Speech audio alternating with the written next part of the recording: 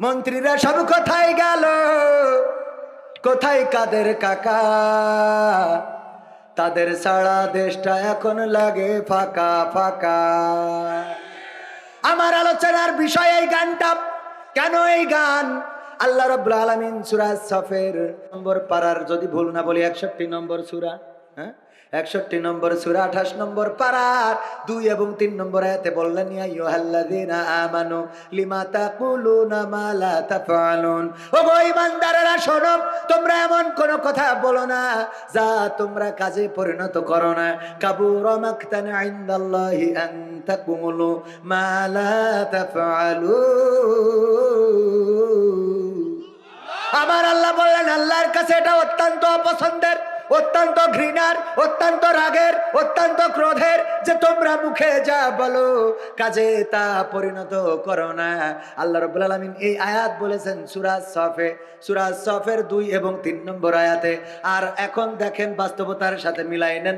আমার হযরত কাদের হাফিজাহুল্লাহ, ওবায়দুল কাদের হাফিজাহুল্লাহ বলল, পালাবো না, প্রয়োজন হলে ফখরুলের বাসায় গিয়ে উঠবো, জায়গা দেবে? ঠাকুরগাঁওয়ে বাসা আছে না? আমি সেই ঠাকুরগাঁওয়ে গেলাম, খোঁজ দিলাম এখানে এসেছে নাকি, বললো না আসে নাই। আবার পালাই নাই, তা গেল কানে? কথা কয় না। তাহলে কি আল্লাহর কথার সাথে ওর কাজের মিল আছে? কথা কয় না, আছে? আল্লাহ বললো এমন কথা বলো না যা কাজে পরিণত করো না। আল্লাহর কাছে এটা অত্যন্ত ঘৃণার অপছন্দের যে তোমরা মুখে যা বলো কাজে তা পরিণত করো না। আমার কাদের কাকা বললো, এরপরে আমার ওই যে শামীম ওসমান রাহিমাহুল্লাহ, সে কি বললো, খেলা হবে, খেলা হবে, আসো খেলবো, খেলা হবে, আসো খেলবো। আমার নেত্রী বলল, শেখ হাসিনা পালাই না, বলেছে না বলে নাই? তা পালাই না, তাহলে আমরা ইন্টারনেট যেই পলক বন্ধ করে দিলে অমনি এক ঝলক আসলো, শুনলাম যে হ্যাঁ মুরব্বি মুরব্বি গেছে না যায় নাই, চলে গেল। তাইলে কথার সাথে কি কাজের মিল আছে? আবার আমার ছাত্রলীগ যুবলীগ ভাই, আপনারা কত করে বললেন যে আমরা মুইতে দেবো, তাতে ভেসে যাবে, তোরা মুতলি সে ম্যাশিং কই? ম্যাশিং তো দূরের কথা, তার কাটা বর্ডারে বিসিউ খুলি থিয়ে আসছিস, কথা কয় না। এই বলিছে না বলে নাই? এটা কিন্তু রাজনীতির কথা না, এটা আমি ব্যাখ্যার কথা বলছি, যে যারা যা বলেছে কথার সাথে কাজের মিল থাকতে হবে না, কথা কয় না।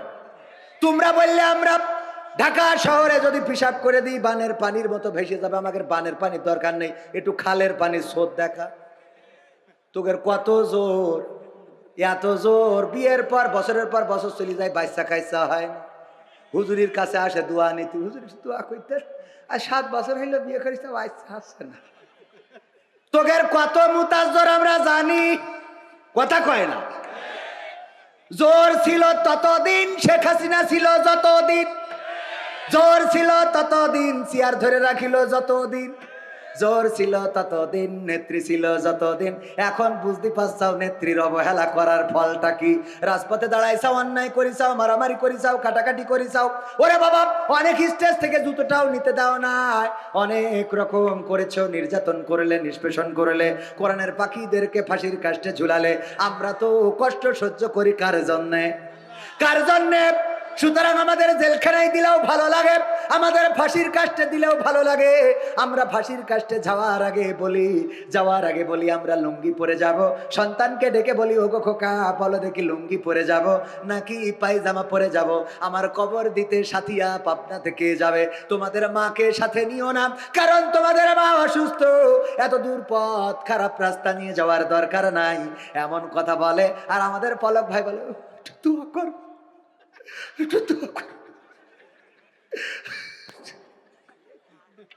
ঠিক না বেঠে? ওরে দোয়া এখন দোয়া লাগে কেন? নেট বন্ধ করার সময় মনে ছিল না? ইন্টারনেট না থাকলে দোয়া করবো কি করে? কথা কয় না।